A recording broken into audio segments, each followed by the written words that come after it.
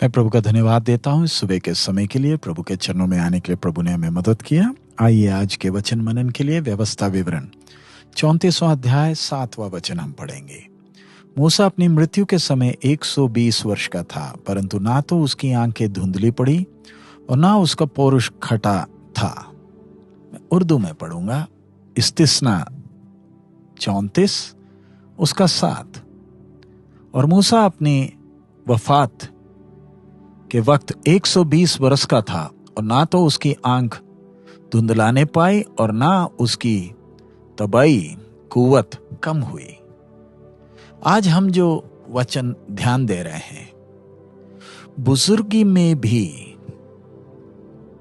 आंख धुंधली नहीं हुई, उस आंख के विषय में हम मनन करने जा रहे हैं। हम सब परमेश्वर के दास मूसा के बारे में जानते हैं,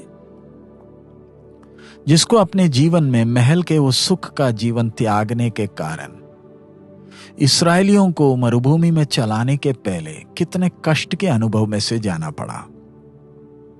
और जब इस्राएलियों को मरुभूमि में लेकर चल रहा था, तो जो खाना वो खाते थे वही खाना मूसा भी खाया, यानी मन्ना खाया। लेकिन परमेश्वर का पवित्र वचन कहता है कि बुजुर्गी के समय में भी, जब 120 साल उसकी उम्र हो गई, तो भी उसकी आंख में धुंधलापन नहीं आया। उसकी आंख की विशेषता कितनी खास बात है। बुजुर्ग है तो भी नजर कमजोर नहीं। और यही आंख पुराने नियम के लिए छाया भी है कि पुराना नियम या व्यवस्था की नजरें कभी कमजोर नहीं होती। लेकिन हम जरा मूसा के व्यक्तिगत जीवन को देखें। मूसा की नजर दूसरों के नजर से बिल्कुल अलग थी। उसकी आंख की दृष्टि मरते समय भी बिल्कुल कमजोर नहीं हुई। ध्यान दे, आखिरी बार जब पहाड़ चढ़ रहा था, उसे किसी इंसान की मदद की जरूरत नहीं पड़ी। वह अकेला चढ़ा और उसे मालूम है जाना किधर है। उम्र 120 साल है। इस व्यक्ति का उस आत्मविश्वास को देखें। एक परमेश्वर का सच्चा दास, उसकी नजरें दूसरों से भिन्न है। हमें शायद लगेगा कि उसके विश्वास के कारण है, क्योंकि उसने परमेश्वर के बहुत सारे अजीब और अचंभे काम देखे हैं। अगर ये अजीब और अचंभे कामों के कारण उसका दृष्टि ऐसे हुआ है, तो फिर हम उस समय और भी तो बहुत लोग थे जिन्होंने परमेश्वर के सामर्थ्य के काम देखे हैं। उदाहरण, फरोन जो मिस्र का राजा है, उसने भी तो परमेश्वर के सामर्थ्य के काम देखे हैं। लेकिन वो देखने के बावजूद भी उसका दिल नम्र नहीं हुआ, शकत हो गया। अंत में वो बर्बाद ही हुआ, नाश हो गया। दूसरी तरफ इस्राएल के लोगों को देखे, उन्होंने भी तो परमेश्वर के सामर्थ्य के काम देखे हैं। लाल समुद्र 2 भाग होते देखे, सीनाई पर परमेश्वर की महिमा उतरती देखी। उन्होंने आग का खंबा और बादल का खंबा देखा है।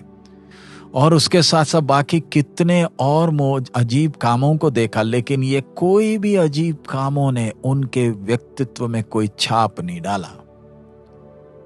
उनके लिए ये सब अजीब काम एक अजीब काम थे, बस उतना ही सिर्फ। वो बुड़बुड़ाते रोते धोते अपने पापों में ही मरे। आज बहुत लोगों की सोच यही है कि अगर लोगों के जीवन में अजीब और अचंभे काम परमेश्वर करे तो उनका शकत दिल टूटेगा, वो प्रभु की ओर मुड़ेंगे। लेकिन इतिहास को जब हम देखते हैं कि ये मोजसों ने, अजीब कामों ने ज्यादातर लोगों के हृदय को कठोर ही किया है। एक तरफ आप देखिए, परमेश्वर ने शैतान को भी अनुमति दे रखी है कि वो अजीब काम कर सके, ताकि जो लोग उसकी ओर खींचना चाहते हैं वो उधर की ओर खिंच जाए। मूसा की नजरें इन अजीब कामों के द्वारा तेज नहीं हुई। उसको परमेश्वर पर भरोसा और परमेश्वर के वचनों पर भरोसा है। जलती हुई झाड़ी का जो अनुभव मूसा के जीवन में हुआ, वो उसे एक मोजसे के तौर पर नहीं देख रहा है।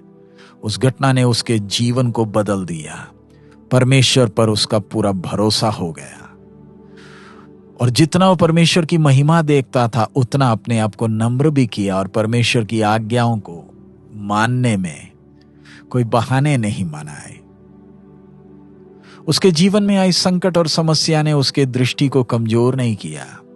उसकी नजरें हमेशा प्रभु की ओर टिकी थी। बेशक वो बड़ी भीड़ को लेकर चल रहा था, उसका दिल, जिनका दिल विश्वास नहीं अविश्वास से भरा था, वो बुड़बुड़ाते थे, रोते धोते थे, वापस जाना चाहते थे, लेकिन उनकी बातों ने मूसा के विश्वास पर कभी असर नहीं किया।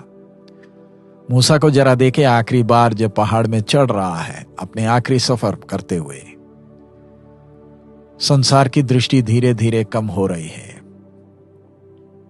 यानी संसार की चीजों से हटकर उसकी नजरें कहीं और हैं।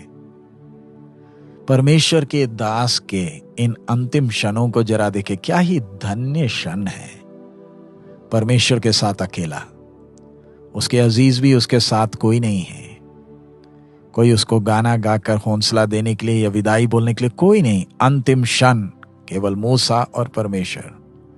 हमारा विश्वास है जब उसकी आंखें इस संसार की बंद हो रही हैं, वो स्वर्ग की महिमा को देखता हुआ उसने बंद किया होगा। परमेश्वर के साथ के इस संबंध का धन्य अनुभव को जरा देखें। आइए हम अपने आप को जांच कर देखें, हमारी नजरें कैसे हैं? क्या हमारे सामने का रास्ता हमें साफ साफ दिखता है?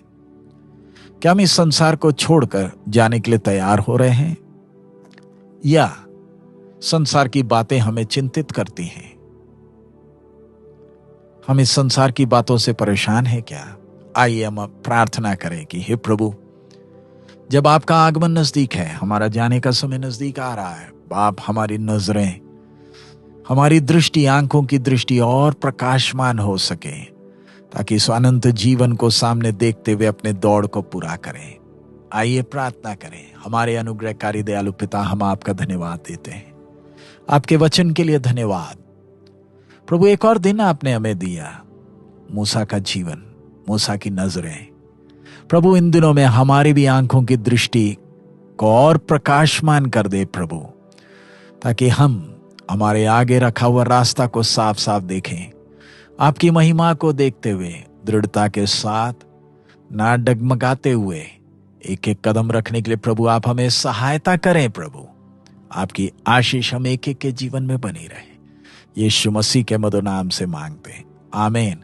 प्रभु, हम सबको सहायता करें कि इन दिनों में हमारी आंखों की नजरें और बढ़ सकें, साफ साफ दिखें, धुंधलापन हट जाए, ताकि हम अपने दौड़ को पूरा करें। प्रभु, हम सबको आशीष दे। हमारा प्रभु नजदीक का आगमन नजदीक है। मारा ना था।